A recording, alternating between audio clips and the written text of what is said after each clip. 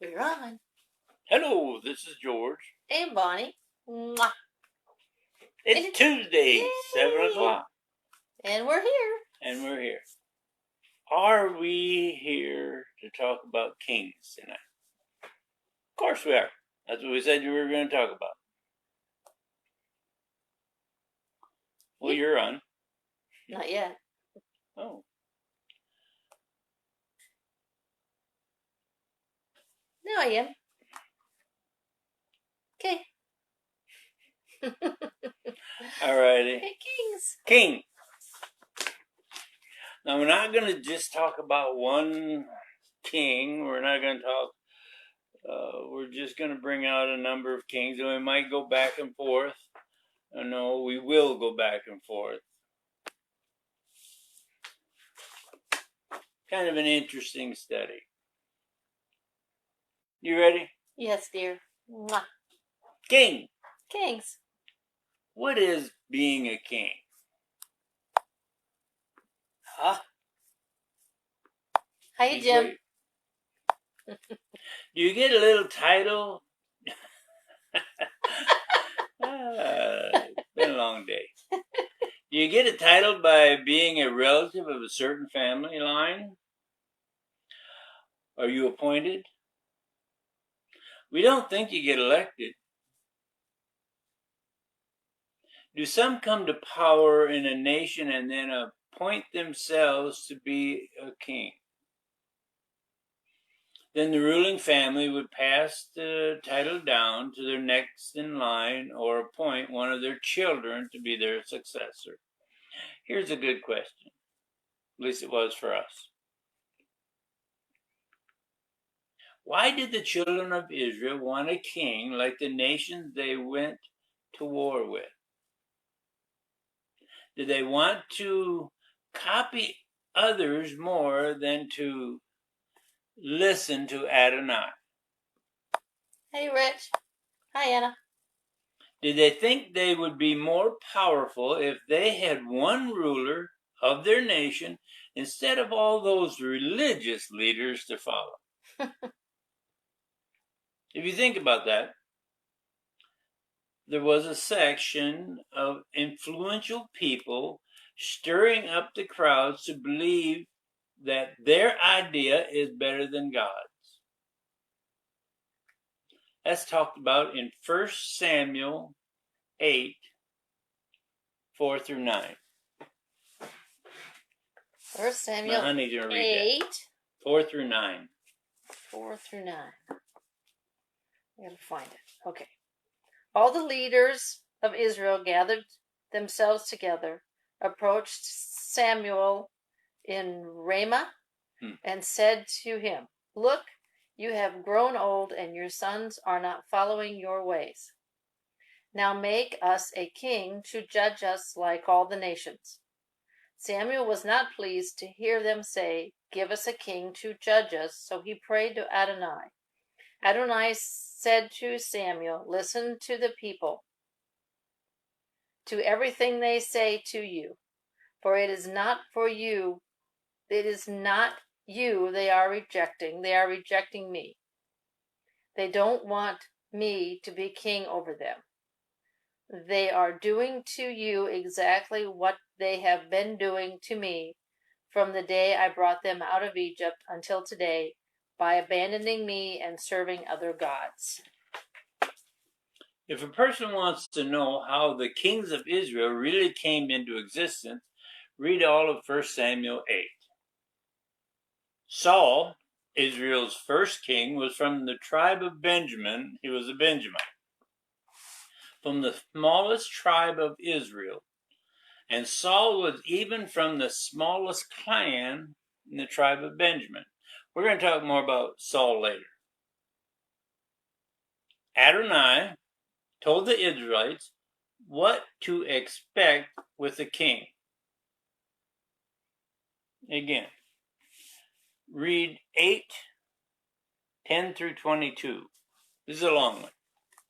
10 to 22? Yes, 8, 10 through 22.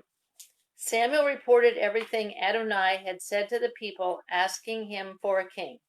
He said, "Here is the kind of ruling your king will make. He will draft your sons and assign them to take care of his chariots. Be his horsemen and bodyguards running ahead of his chariots." Would not want that job. Have to be in shape. He will appoint them to serve him as officers in charge of 1,000 or of 50, plowing his fields, gathering his harvest, and making his weapons and the equipment for his chariots. He will take your daughters and have them be perfume makers, cooks, and bakers. He will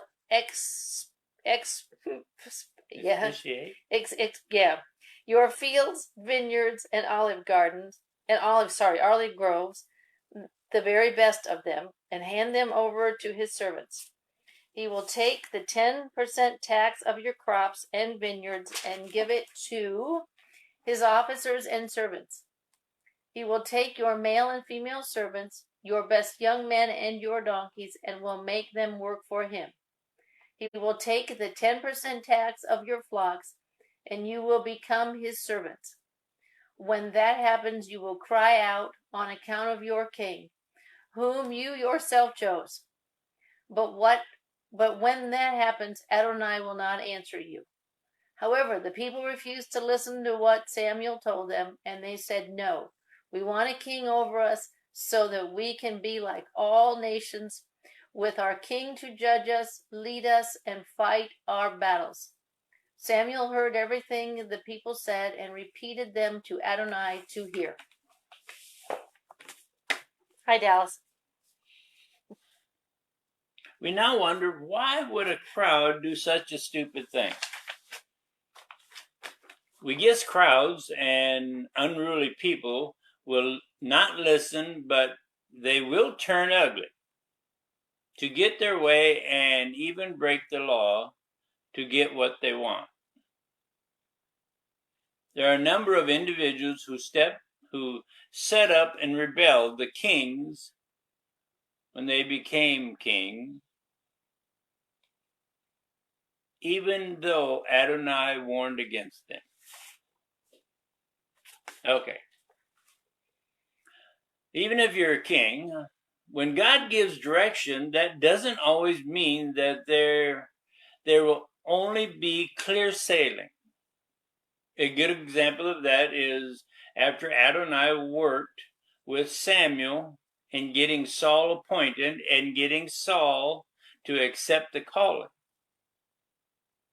Read 10:26 and 27. 1 Samuel 10:26-27. Saul too went home to Gilgal, accompanied by warriors whose hearts God had touched. True, there were some scoundrels who said, "How can this man save us?" They showed him no respect and brought him no gift, but he held his peace. Now, in the NIV, it says they were troublemakers. In the complete Jewish Bible, they say they were called scoundrels. And they showed Saul no respect or brought any gift. But Saul kept silent about that. Although later in Saul's life, he wouldn't have just stayed quiet. One more interesting tidbit. In 1 Samuel 10:24, the last part says, "Then all the people shouted, 'Long live the king.'" Think about that. Saul became a king of a nation that never had one on earth before. Then in chapter 11 it states, men came to claim one of the cities or the towns of Israel. And they even gave the people an ultimatum. They said, when we take over the town of one of the towns of Israel, they said, we're going to gouge out the right eye of every person. And this would bring disgrace on Israel. And the people, they asked, give us 7 days to ponder this. The interesting point to us is Saul had heard Israel say, long live the king. Then in chapter 11, verse 5, it says, while all this stuff was going on and his people were crying and weeping, it states Saul came behind his oxen from the field. Think about that. In other words, the king was doing his own farm work in his father's field. Our question is, had the real kingship of Israel sunk in yet? Or was he the type of person who wanted to make sure his father's farm field, work was done?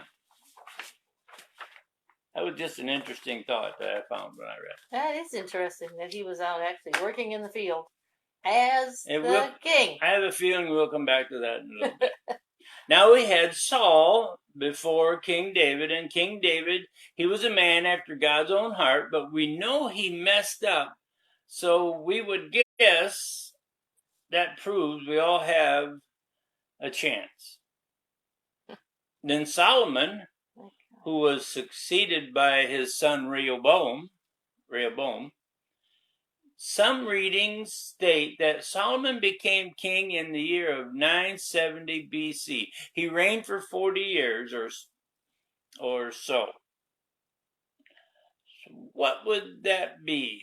930 BC. The interesting part is that that's about the year that Israel and Judah divided. Then you have two kings in a divided kingdom. We'll get to that too. It says that, we're going to talk a little bit about King Solomon. It says that he had great wisdom. Let's see. Wisdom is only effective if you use it in an action that is and leads to what we would call God's will. When a person such as Solomon has a great gift of wisdom from God, that doesn't mean he wouldn't make mistakes. And boy, did he make some.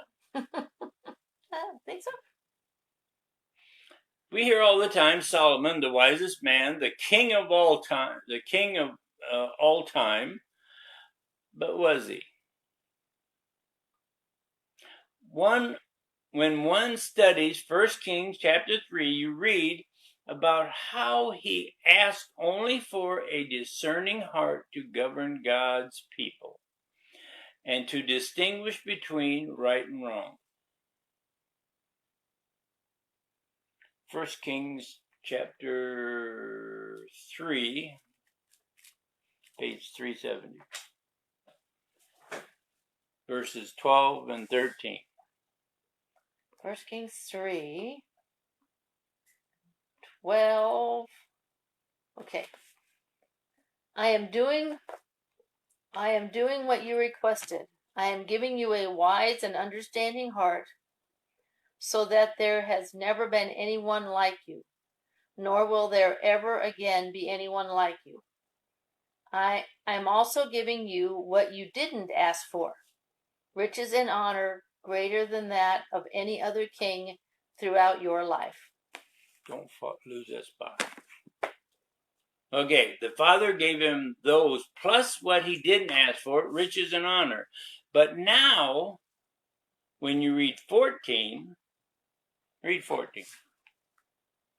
More than that, if you will live according to my ways, obey my laws and mitzvah, you explain that, like your father David, I will give you a long life.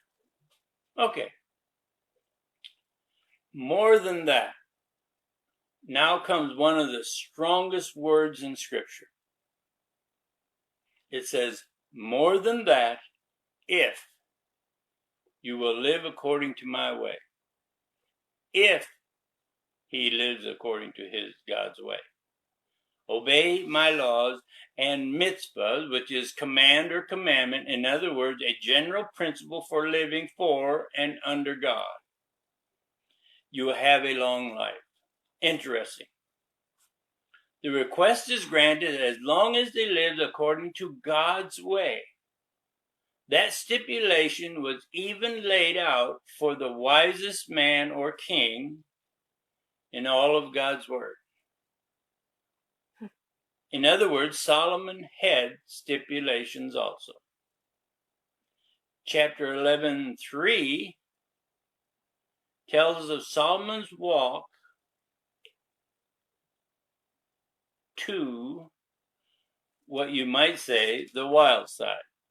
Solomon made peace deals with a great number of countries, or you might say kingdom. Many were from nations that Adonai said you must never intermarry with them. Did Solomon think that by marrying the daughters of the kings of the ones they were forbidden to marry would make Adonai grateful, or his country would be at peace? Think about this. He had 700 wives with royal blood and 300 concubines. Now, even at 700 wives, and he ruled for 40 years, that's a lot of marriages. Then it states his wives of royal blood turned his heart away from Adonai and towards other gods. Let's see. We have Adam listening to Eve. King Solomon listened to 700 wives who they say had some sort of royal blood. What does that tell you? 1 Kings 11:4 states, as Solomon grew old, his wives turned his heart against and for other gods. Some of the names of the gods he ended up following were Ashtoreth of the Sidonians, Molech of the Amorites, and Chesamos, I know I'm butchering these, of Moab. And there was a few more. The scripture does state he turned to his foreign wives and burned incense and offered sacrifice to their gods. Now, see what I said before, the big word, if? He doesn't seem like he understood that. Some say Solomon's reign was for 40 years. When you study scriptures, it seems his godly rule was maybe much shorter because he went directly against God's command. Now, people, he had 700 wives and 300 concubines and a whole bunch of other people there. His daily proportions that he had to have come in every day was 150 bushels of fine flour, 310 bushels of meal, 10 fattened stall-fed cattle, 20 pasture-fed cattle, 100 sheep and goats, plus deer, gazelle, and real bucks, and choice fowl. And some scriptures state fattened poultry. Solomon had 40,000 stalls for chariot horses and 12,000 horsemen. Jeez. I guess he didn't eat all that food. Wow. Wow. And when you study, you find out that Solomon received 22 tons of gold annually. That's a lot of gold. 1 Kings 11 through 13. Yeah, you better read out of that one. What am I doing? 1 Kings 11 through 13. 1 Kings 11.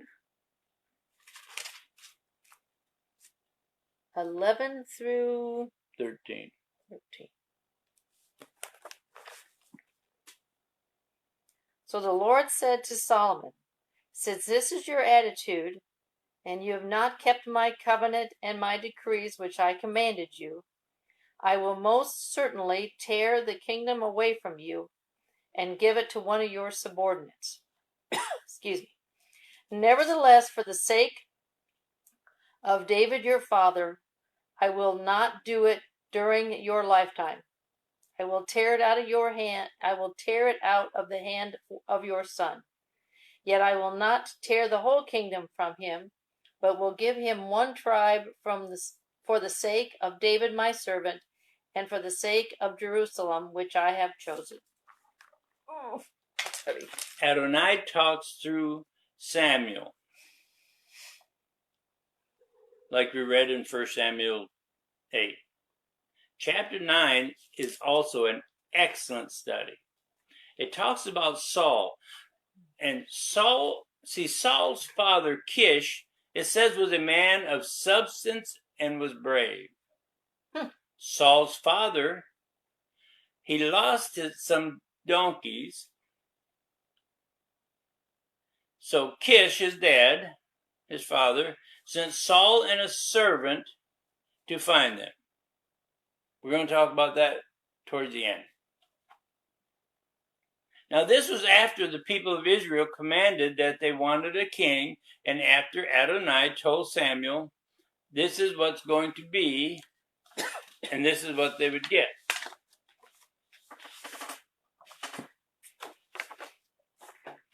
Okay. From Saul, we have King David, and after King David, there is a number of individuals who wanted to rebel, like Jeroboam. Well, Jeroboam wanted to rebel because of the harsh taxes and the humongously forced labor that Solomon put on the children of Israel. So Jeroboam he left. He went away. He went to a different country.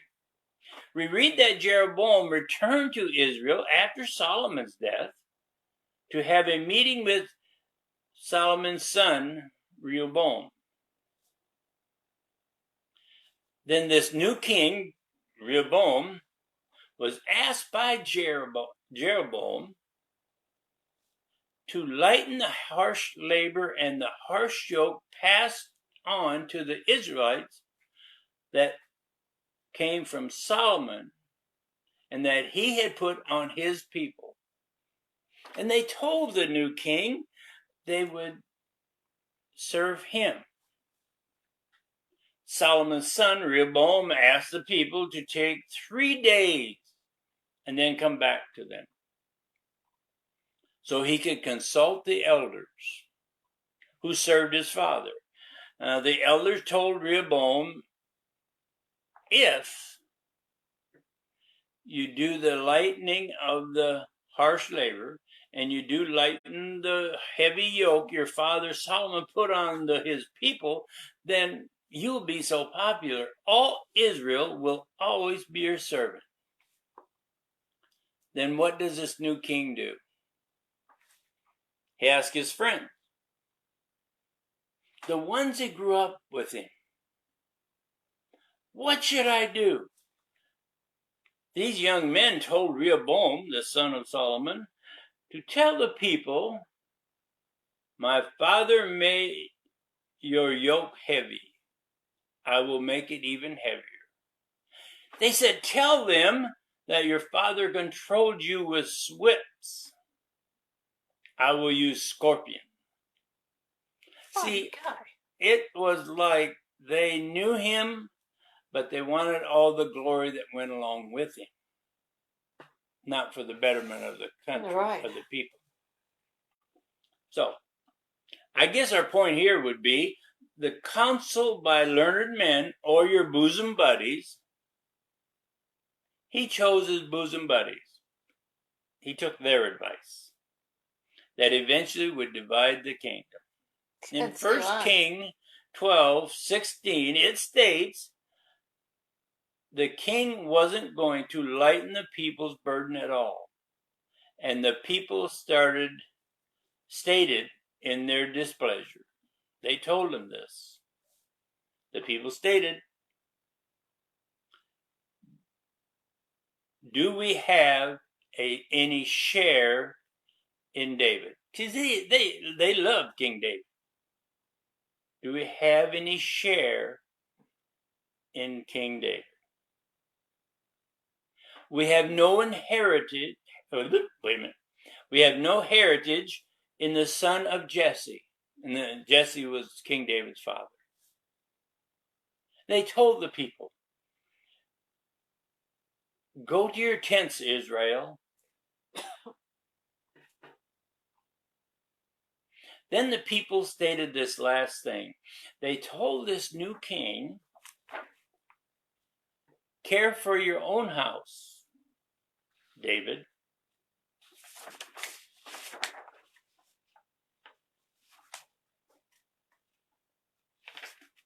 I thought I lost the paper. Then in verse 18, we see that the advice of this young bosom buddies had given him may have caused a little bit of problem. See, he sent he sent the man in charge of all the forced labor, the forced heavy yoke labor work that the people had to do. The one in charge, he sent them in. He sent that guy to tell them to get to work. And the people of Israel stoned him. Hey, Jenny. They stoned him to death. They stoned him to death. Ah, good. So instead of having a kingdom in which Rehoboam controlled, we found out when that happened, Rehoboam ran to his chariot and fled to Jerusalem. Interesting. If he worked with and for the people, they would follow him. But listen to his bosom buddies, and he flees for his life. That's what he gets. Now that tells you that even the kings of Israel had to obey God. They told him, that tells you that nobody's above what you should be doing. I got one more little thing to talk about, and it's the ending that's going to start out with Saul's dad. In Samuel 4:14 through 21, the great story. Saul's from the least of the tribe of Benjamin, and Benjamin was the smallest tribe of Israel.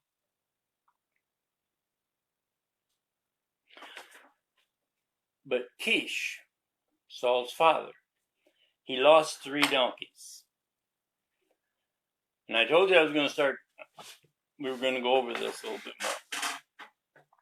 He went to Saul, his son, and he says, take a servant and go through the country. Find our donkeys. So Saul and the servant went did what his father asked. Now this was after the children of Israel wanted a king, and Samuel was told by God that all that stuff that we talked about, and he told Samuel that one of these days he'd find the guy who he wanted to be king. Saul, with his father's blessing and one of the servants, went looking for the donkey. They searched in three different places, and Saul said to his servant, we better go home, because Father will be worrying about us instead of the donkeys. Now here's the interesting part. where God uses the servant. The servant says, there's a man in the next town who is a seer, well, what we call a prophet now, what they call later on. He says this seer, whatever he says comes true, because he knows what he's talking about. He knows what God wants him to tell you. And Saul said, we can't go there. We don't have anything to give to the prophet. And when back then you didn't go to the prophet just for talk to him, you brought him a gift to show respect. The servant put his hand in his little bag he carried with him and found one silver coin that was about about the size of 1/10 of an ounce of silver. And the servant tells Saul, I have this coin. And Saul says, then we can go see the seer, this prophet. And so they go towards this town, and they see these ladies, and they say, is the seer's house or place that he stays, can you direct us to that? They said they are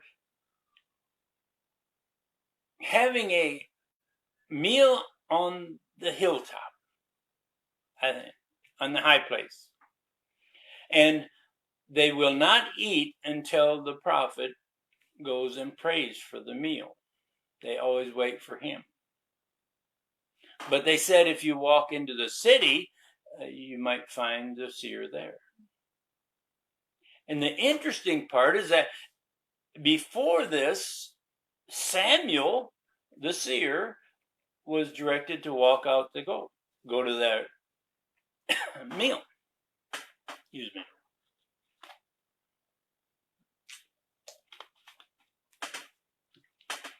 Now, Samuel's walking towards the gate. And God tells Samuel, the one I told you about, that's the guy. See, God used the servants with that one little bitty coin to direct Saul to go into that town. And when Samuel sees Saul, God says that's the one. So Samuel and the servant go up to Saul and the servant come walking through the gate, and they see Samuel and ask him, can you direct us to the prophet or the seer? And Samuel says, I am the seer.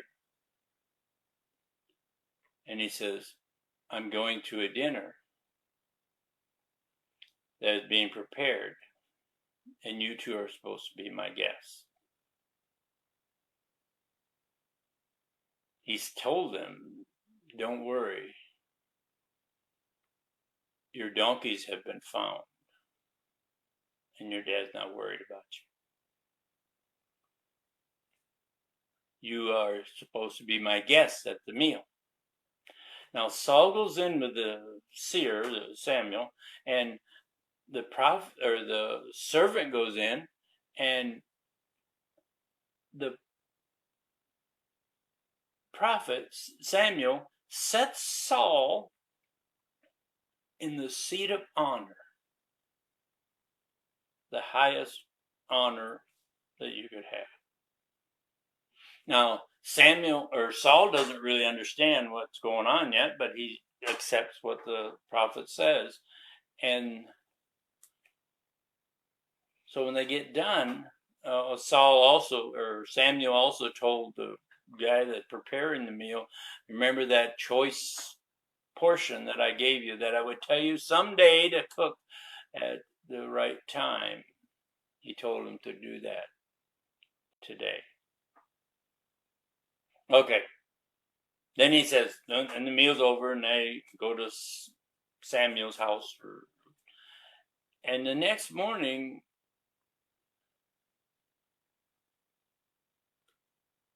Samuel calls to Saul and says, you're going to have to get ready to go.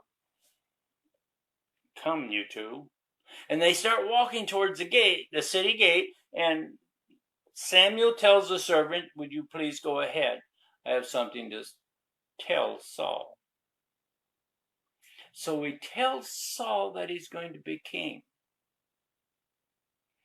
He tells him, and there's other people there, and when Saul is really surprised, he even says, I'm from Benjamin, the smallest tribe of Israel, and you want to make me king?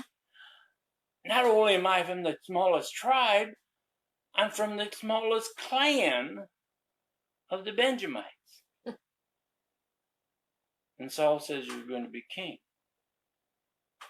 Now, the interesting part is, when you remember I told you about when the people came towards that city and wanted to take it over and said, if you surrender to us, we're going to gouge out the right eye of all the people in the town, and to show disrespect or dishonor the God of Israel. Saul came in when they came to him and told Saul about it. He had his oxen that he was plowing the field with, or whatever he was doing in the field. He was being a farmer, and he'd already been told he was king. I can't imagine a king out there in a John Deere tractor riding around, or riding in a Case combine picking wheat. But when he came in from the field, they told him what that group of people had said and what they were going to do to disgrace the God of Israel. He took one of his ox, cut it into 7 different or 10 different sections, and sent it to each one of the tribes of Israel, and says, we need to get together. I'm putting in my own words. And when the people came together, they had something like 100,000. So when they marched up to where the city was, or town, or village, or whatever it was, they divided into 3 sections, and they attacked them, and they saved the town. And then Saul realized that God was with him. It took an act of God for Saul to go into the town to see the prophet. The servant had that one little coin. It took an act of God for Saul to get agitated enough to let the other tribes know, since I'm your king, we have to do what's right. And they did. They gathered 100,000 people and saved their town. Now I'm going to read something that I wrote, and I believe is true.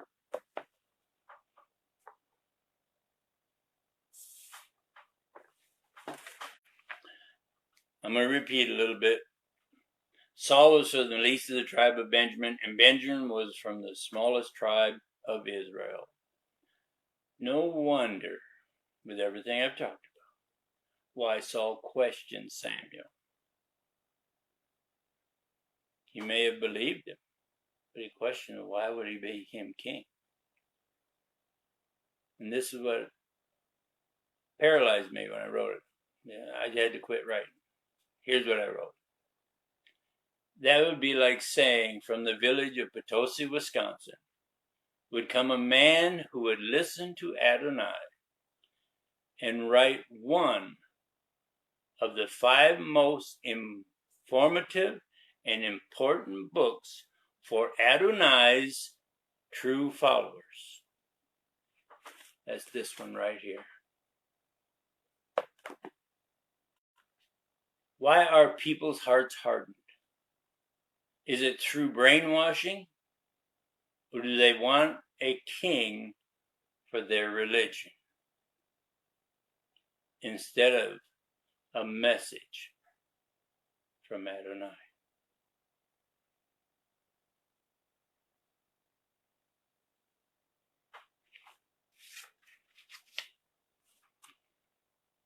That is a statement that I have no idea why I wrote it, but I know why God had me write it.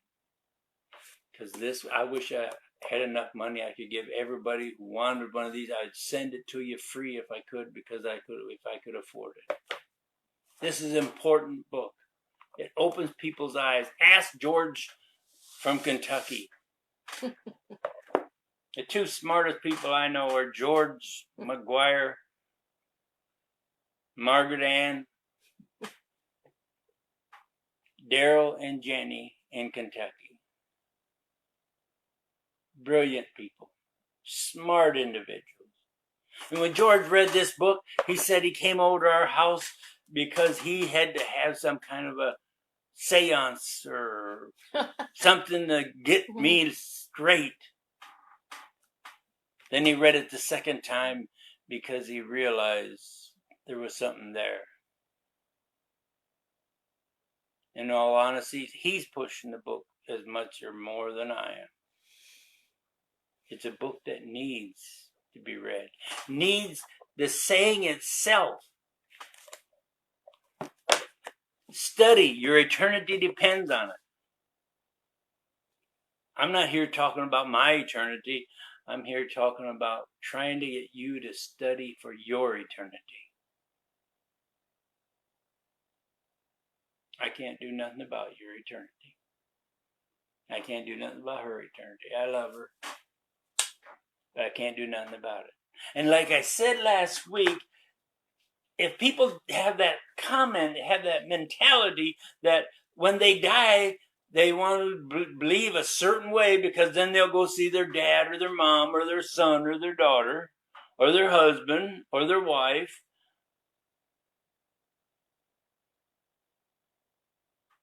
Scripture says you won't know your relatives. In all reality, I won't know her. When she gets there, she won't be looking for me, because if she thinks that she's going to be looking for me when she gets there, she's there for the wrong reason. It's to serve God. To look for God, don't look for me. Who knows? Maybe I won't make it. I know where I mess up every day. I know what I do wrong. But don't pretend like they don't exist. And you can't go around just saying 5 words and then you know you're going to heaven. No matter what. Well, if that's the truth, Yeshua stated something wrong, and that was the roads, because the wide road will lead to destruction. The narrow road, which very few will be on, leads to life. Don't try to con Yeshua to make it to the Father. Because Yeshua knows all the cons that people will be saying. We prophesied in your name, we drove out demons in your name, and in your name we performed many miracles. That won't cut the mustard. Because he tells them. In other words, he tells them, if you got to try to con me, you aren't going to make it anyway. So people, this is an important book. It will change people's lives.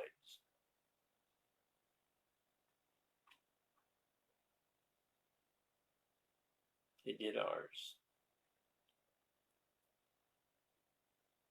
Cool. We love you. Good stuff. Next week's topic. Next week's topic. Tentatively is Moses and Aaron. Should be interesting. Could be interesting. It's not George and George. It could be interesting. He knows what I'm talking about. Ladies and gentlemen, boys and girls, friends and enemies, I hope you have a great week. Thanks, guys, for giving up your time to be part of our Tuesday night talk. It means a lot to us. If any of you want this book, let me know. Have an awesome week. And we'll see you next Tuesday. Same time. 7 o'clock Eastern Time. Thank you. And good night.